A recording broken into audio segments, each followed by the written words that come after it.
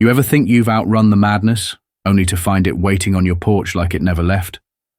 That's how it started for me. I wasn't just trying to get away from the noise, I was done with it.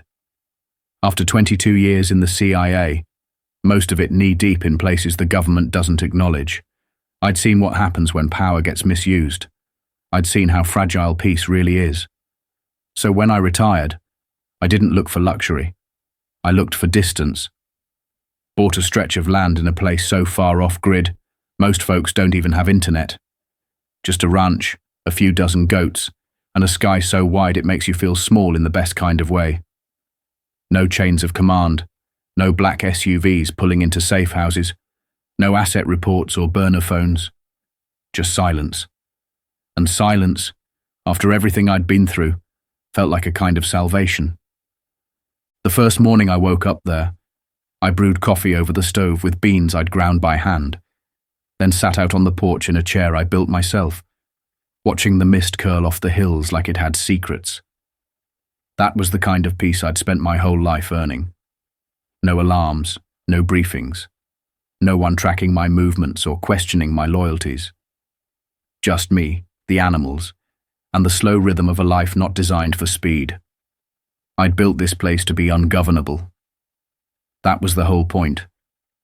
I didn't need a homeowners association. I didn't even have neighbors within shouting distance.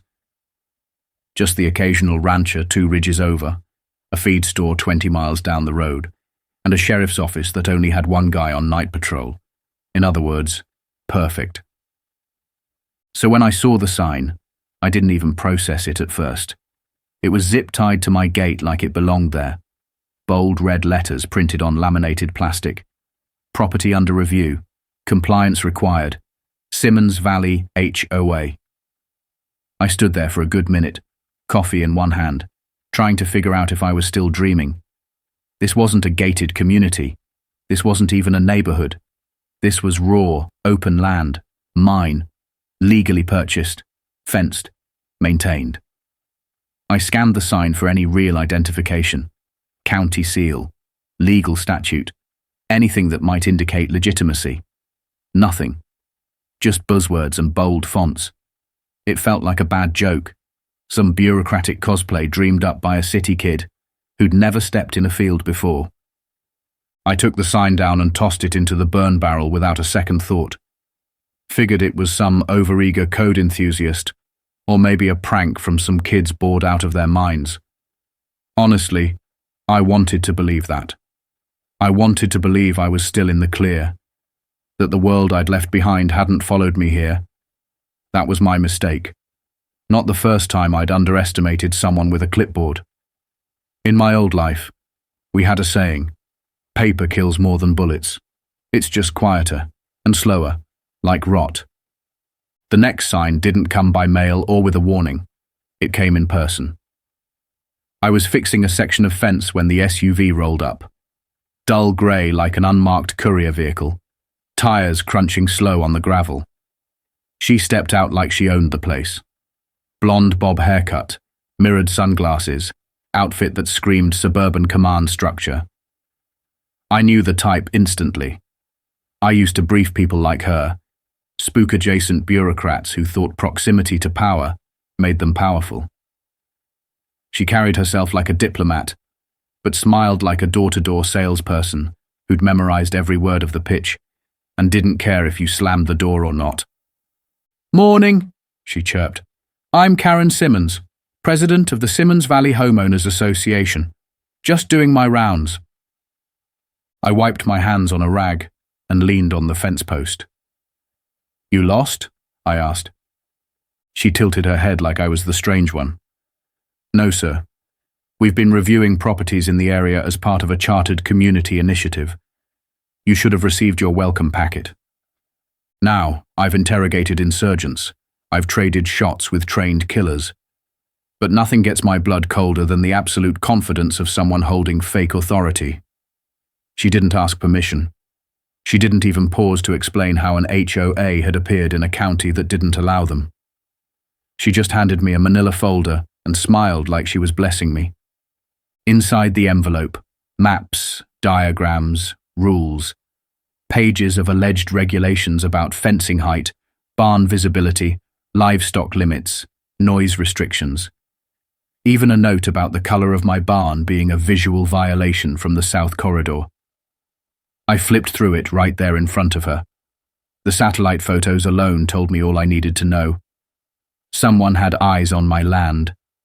Multiple angles. Multiple visits. This wasn't a joke. It was surveillance, coordinated, deliberate. I didn't say much. I just looked at her and said, "This is private property. There is no HOA here." She nodded like I was a child who hadn't read the rules. "We're in the awareness phase," she said. "Citations begin next month."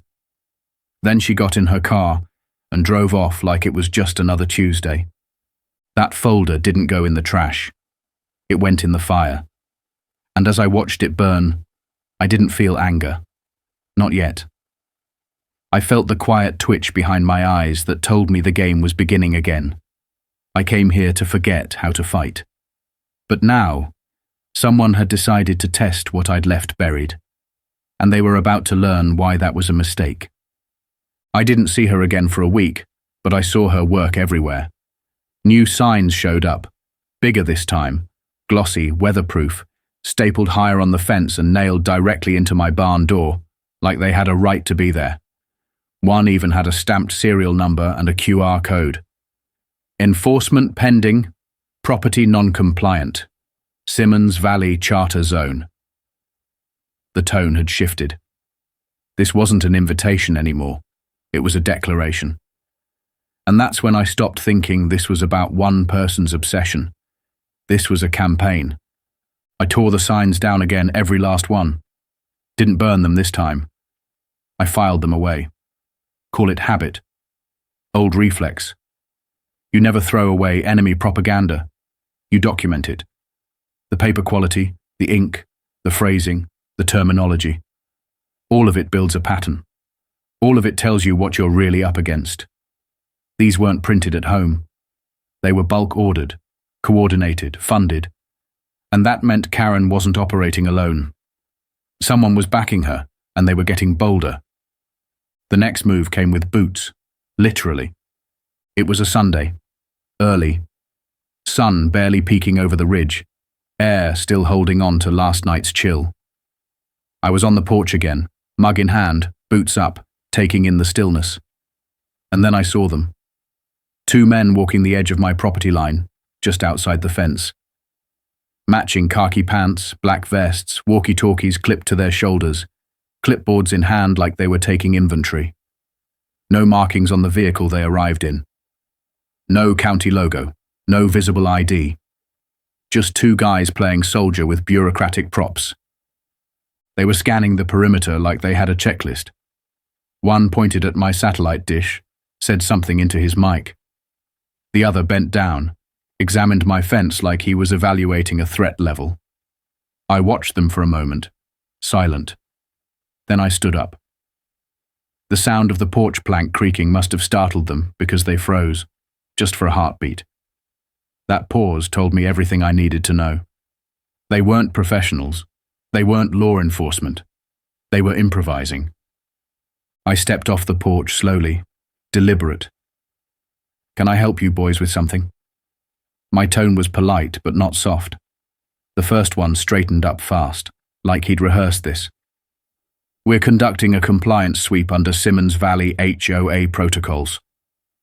His voice was firm, but it cracked on the last word. Still nervous. Still pretending. The other one shifted his clipboard in front of his vest, like it was a shield. I took a few more steps, closing the distance. "Got a badge? A warrant? Anything that says you're allowed to be here?" He cleared his throat, then said something that made me stop cold. "We're operating under the Simmons Valley Charter's expanded authority clauses, community regulation enforcement." That right there? That was the tell. See, in my line of work, we're trained to listen for invented terminology, phrases that sound official but are hollow, legal-sounding gibberish designed to intimidate without substance. Expanded authority clauses was exactly that. Meaningless, fabricated, but dangerous in the hands of someone who believes in it. I didn't raise my voice. I didn't threaten. I just looked him dead in the eye and said, "Then you're trespassing. This land isn't under your charter, and I never signed a damn thing that gives you jurisdiction here. Turn around, leave, don't come back." They hesitated, glanced at each other, but eventually started backing off. One of them muttered something under his breath. The other dropped his clipboard without noticing. When they drove off, tires spinning a little too fast for men trying to look official, I picked it up and opened it. Inside were hand-drawn maps of my property and 4 others nearby, color-coded, notes in the margins. Resistance level, medium-high. Livestock present. Visual deterrence observed. Mine was circled in red, labeled Alpha, high resistance, phase 2 necessary. That clipboard changed everything. This wasn't random. This wasn't just Karen being nosy. This was structured. It was tiered. It was planned. Someone had designed a protocol for dealing with people like me, people who didn't comply, people who asked questions. I took a photo of every page, logged the time, the date, the faces, the vehicle. Then I made a call. Sheriff Langston picked up on the second ring. "Let me guess," he said, before I could even explain. "Karen and her clowns again?" I gave him the short version. He whistled low. "You're not the first to complain," he said. "She called in a noise violation on the feed store last month. Said their delivery trucks were causing emotional distress to the community. We don't have a record of any legitimate HOA under that name. Not in county records. But she's got letterheads, websites, the whole thing." And that's when it clicked. Karen hadn't just invented rules. She'd built a machine. She created the illusion of power, then surrounded herself with people who bought into it, fully. Enforcers, volunteers, paper soldiers in reflective vests who believed they had a mission. And worst of all, they were escalating. What started with flyers had turned into surveillance. What began with a sign had become a tactical sweep. This wasn't just neighborhood pettiness anymore. This was organized pressure, manufactured consent. I hung up the call and stared out at my land, the hills, the fence line, the barn.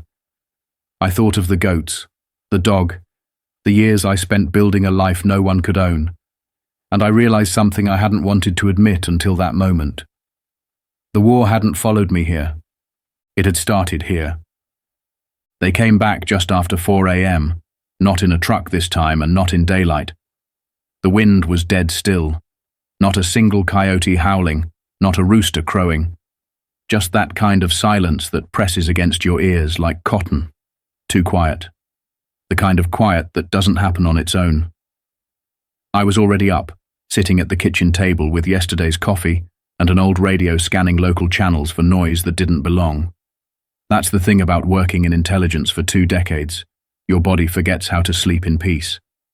It wakes up when something shifts, even if you don't know what yet. Then I heard it. Gravel, faint but steady. Not the heavy rhythm of a truck, not the bounding clatter of deer. Too smooth, too even. Trained footsteps. I stood without making a sound, moved to the east window. 5 shapes moved across the field, flashlights off, cutting wide arcs around the barn and toward the fence line. They weren't hurrying. They weren't loud. They were careful, intentional. One of them had a headlamp. Another held a clipboard. Again. But the ones in the back. They had radios, tactical gloves, utility belts. Not cops, not contractors. Something in between. Or worse, true believers. I slipped on my coat, the one with the emergency trigger for the motion lights, and walked into the mudroom without flipping a switch. Every step was calculated, every breath controlled. I'd been here before, different countries, different threats, but the same energy, that same hum in the spine when something's about to go sideways. I moved to the panel by the back door and waited. I could hear them now. Crunch. Pause. Crunch. 5, maybe 6 of them.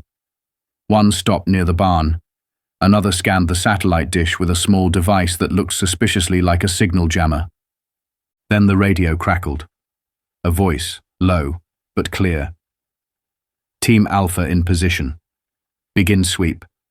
Target is presumed armed. Compliant under Phase 1. That's when I smiled, because I finally understood the script they were following. Phase 1. Compliant.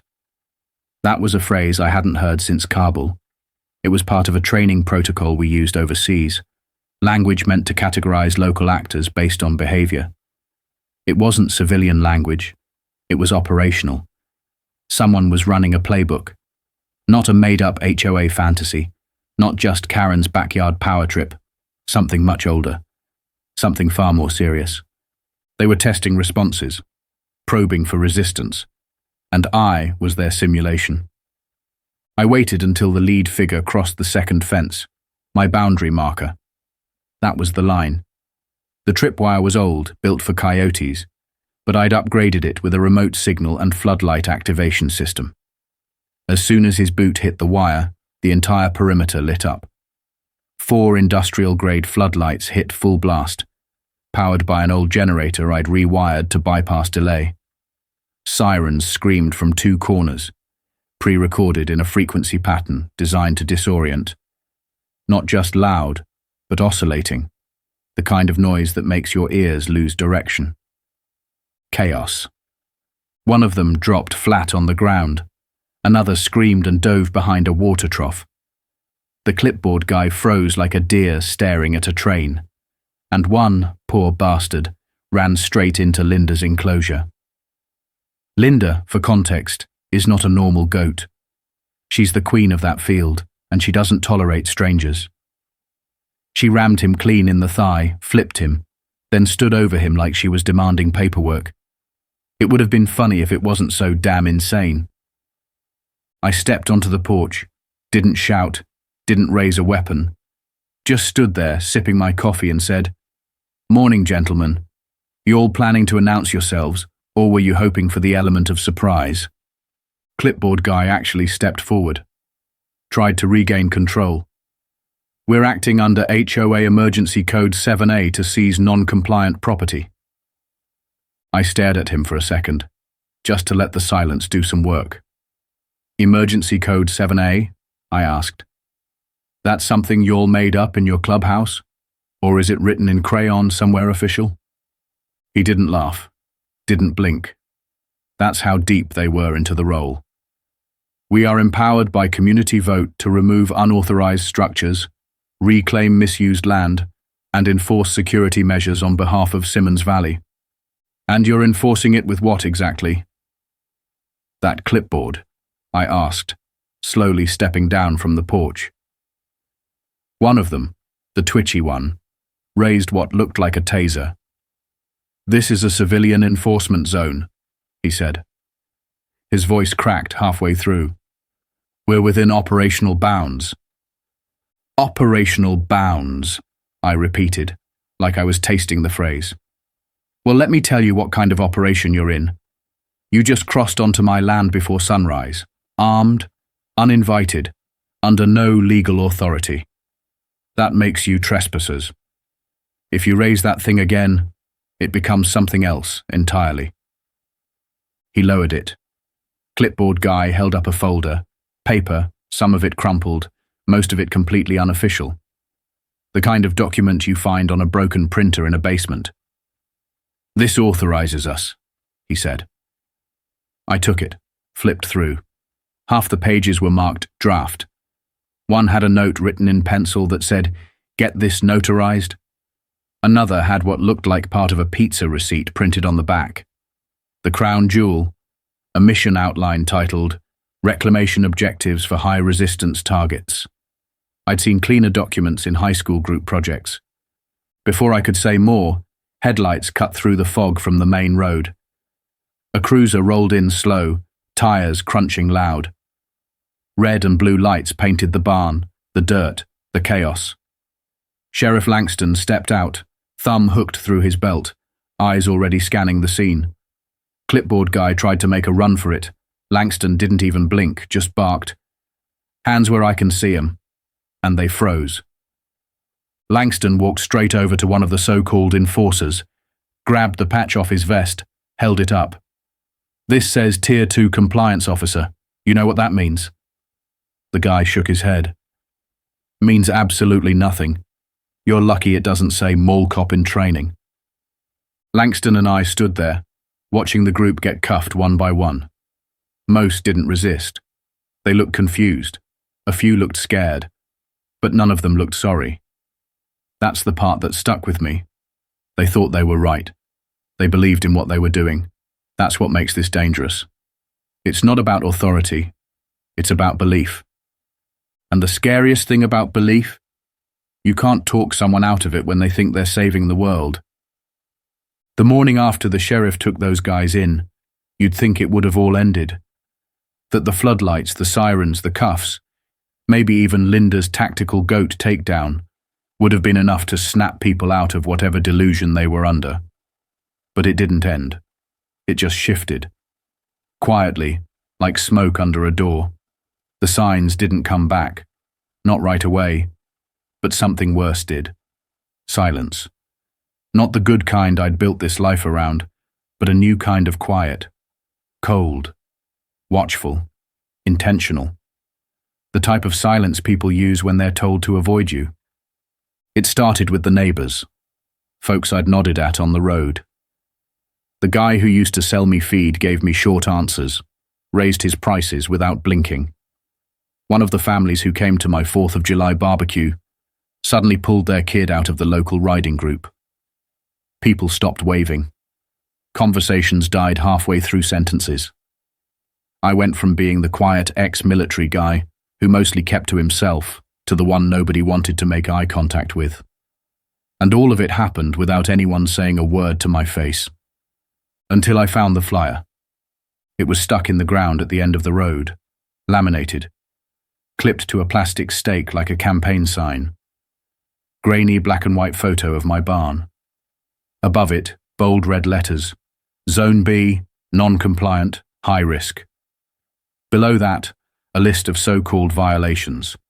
Unauthorized livestock density, illegal fencing geometry, documented hostility toward enforcement personnel. And the kicker?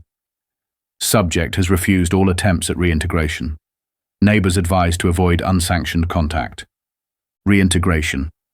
That word stuck to me like frostbite. I wasn't a part of a system. I wasn't obligated to be reintegrated into anything. But here they were, publicly labeling me like a virus, a warning, a threat. And it worked. Not because I changed, but because everyone else did. This wasn't about goats. This wasn't about fences. It was social exile dressed in procedural language. They weren't trying to punish me. They were trying to erase me. And then Karen held the rally. I got wind of it from the same neighbor who'd quietly slipped me an apology a few days before, just a muttered sorry in the feed store parking lot when no one else was looking. Told me she'd seen flyers for something called an emergency compliance briefing. No permits, no chairs. Just a fold-out table in Karen's driveway, a microphone, and a sign with stenciled red letters. Tier 3 response activation. I walked down the road and stood across from it. Didn't hide. I wanted her to see me. 15 people showed up. Most of them looked like they weren't sure if they were supposed to be there. A few already had those yellow HOA vests, like they'd been issued uniforms. Karen tapped the mic. Feedback screeched, then cleared. She started talking like she was leading a counter-terrorism meeting. "We are under siege," she said, "and it's coming from within." She held up another photo of my land, called me out by name. "This resident has refused compliance for 3 consecutive review cycles. He has verbally threatened officers. He has refused all dialogue. He thinks he's above the rules." And then she looked directly at me. "He may call it freedom. We call it negligence. We call it disorder. The crowd actually nodded. Some clapped. That's when I realized this wasn't just posturing. It wasn't a show. Karen had built herself a following, and she was using me to rally them, to unify them through fear. She was turning my self-reliance into the symbol of everything they were supposed to be afraid of. Later that night, I found a new envelope in my mailbox. Not mailed, hand-delivered, laminated, official-looking but not from any government agency. Resident Classification Notice, Tier 3, Critical Non-Compliance. Below that, a list of required actions. Remove unauthorized livestock. Repaint barn to neutral grey. Attend re-education seminar. Submit apology letter to board. There was even a scheduled date and time for the seminar. Location: Karen's garage. One of the listed sessions was titled, Silent Fences, How Your Property Speaks for You. I laughed. Not because it was funny, but because it was absurd. This wasn't an HOA anymore. This was ideology in a fleece vest. It was conformity weaponized through policy-sounding nonsense. And the scariest part was how many people bought into it. But it got worse. 2 days later, I noticed one of my trail cams had gone dark. Then another. Then a third. I checked the wiring. Cut. Clean and careful. Not chewed by raccoons. Not weather damage. Sabotage. I called Langston out. He took one look at the cuts and said, "She's not just making noise anymore. She's probing." That night, a white sedan parked 2 properties down. Tinted windows, no license plate. Didn't move for hours. I watched it through the binoculars until the engine finally roared and it peeled out. Langston ran the description.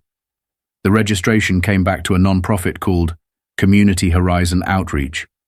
Director listed: Karen Simmons. That was the moment I knew we'd crossed into new territory. This wasn't a neighborhood dispute. This was a shadow campaign, surveillance under the guise of community service. And it wasn't just her anymore. Then came Max. My dog's a border collie, 8 years old, smarter than most people I've worked with. That night, he didn't come when I whistled. I found him behind the ATV, paw bleeding, shaking like a branch in a storm. He yelped when I touched it. Glass, embedded deep. I checked the barn floor, found green and brown shards scattered near the rear door. Not broken accidentally. Placed. Hidden. Designed to harm. I didn't speak. I didn't rage. I just picked him up, held him close, whispered, "I've got you," and called Langston. He arrived 20 minutes later, swept the area, collected samples. "This wasn't an accident," he said. "This was a message." And he was right. Because whatever Karen was building, it wasn't a community anymore. It was a regime. After Max got hurt, I knew I was out of time. They weren't testing boundaries anymore. They were enforcing them. What started as laminated signs had escalated into psychological warfare, surveillance, and now, deliberate harm. And the thing about a quiet war is most people don't know it's happening until it lands on their doorstep. But I knew. I'd seen this play out overseas in places where insurgents weren't guys in masks with rifles. They were bureaucrats with clipboards, embedding ideology into local policy until no one could tell where authority stopped and fear began. Karen hadn't just read that playbook. She'd internalized it. The scary part. I recognized the structure because I helped write the first draft, years ago, under a very different flag. I didn't go to the sheriff this time. I went public. I took everything. Every flyer, every forged compliance notice, every fake protocol. I uploaded photos of the signs, the headlamp-wearing enforcers, the patrol map marked with Tier Alpha, High Resistance. I posted footage from my motion-triggered cameras of their so-called sweeps, even pulled audio from one of their radios saying, "Target presumed armed, initiate Phase 1. I included a photo of Max's paw, the the shards of glass spread under my barn, and a spreadsheet I found inside one of their dropped clipboards, listing neighbors as compliant, disruptive, or pending realignment. Then I attached the final piece, the welcome packet Karen gave me, the one with draft pages, fake laws, and the mission outline that described my property like it was a combat zone. I put it all online with one caption: when the HOA thinks they're the FBI. The video exploded. Within 12 hours, it hit 50,000 views. By the next morning, it had tripled.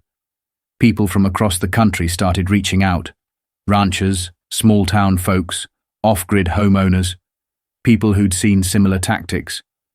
Different names, different logos, but the same blueprint. Enforcement groups with no legal authority. Fake citations. Flyers meant to isolate non-conforming residents. One guy from Oklahoma told me he'd been fined $300 for uncoordinated perimeter aesthetics. Another sent photos of drones hovering over his chicken coops. Karen's online defenders disappeared overnight. Her compliance teams began resigning in batches. But she wasn't done. Not by a long shot. Because 2 days after the video went live, she showed up at my front gate. No vest, no clipboard, just a manila folder, and that same ice-cold smile. "You think this is about goats?" she said. I didn't answer. "You think it ends with me?" Her tone didn't shake once. "You kicked something you don't understand." She handed me the folder and walked away. No threats, no insults. Just a quiet, confident retreat, like she'd delivered a prophecy. Inside the folder were printed emails, internal memos, charts, all labeled under a federal header I hadn't seen in over a decade. Rural Behavioral Management Initiative, Phase 2. And there, on the third page, were names I recognized. Names of people I'd worked with years ago in DC. Contractors, analysts, legal consultants. Some still active, some who'd gone quiet. This wasn't just Karen's delusion anymore. She was working under the umbrella of something real, something national. The Simmons Valley HOA. Just a pilot program. I sat at the table for 6 hours before I opened the folder again. Not because I was afraid of what I'd find, but because I already knew. I just hadn't admitted it out loud. The structure was all there. Phase 1, infiltration. Phase 2, conditioning. Phase 3, pressure application. And then, in bold black type, Phase 4, correction. The language was familiar, too familiar. It read like an ops plan from one of my old deployments, except instead of destabilizing post-conflict regions, it was targeting off-grid homeowners, independent landowners, anyone considered autonomously resistant to organized oversight. It wasn't conspiracy theory nonsense. It had logos, watermarks, routing codes, internal designations I could verify. I had seen this architecture before. The worst part? The phrasing in the margins. Words like predictive modeling, pattern disruption, behavioral pivot tracking. Those weren't Karen's words. They were mine, pulled directly from an old white paper I wrote during my last 3 years with the agency. The paper was supposed to be theoretical, a caution, a warning. I never thought it would be implemented. But someone had read it as a blueprint. Langston showed up 2 hours later after I called. I didn't explain. I just slid the folder across the table.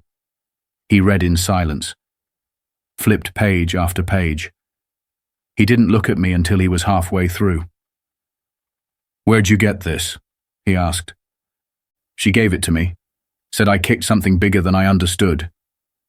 He didn't argue, just called the county attorney and the regional investigator. They showed up that afternoon with a mobile scanner, verified the headers, matched the contact codes, confirmed 3 government email domains embedded in the metadata. This wasn't fake. This wasn't fan fiction printed at Kinko's. This was a sanctioned program. And Karen, she wasn't just a rogue actor. She was their proof of concept. By the next morning, we had a warrant. The raid on Karen's house wasn't dramatic. No one kicked indoors. Langston knocked, warrant in hand. Karen opened it like she was expecting company, that same smirk painted across her face. She didn't even look at the paper. "You're making a mistake," she said.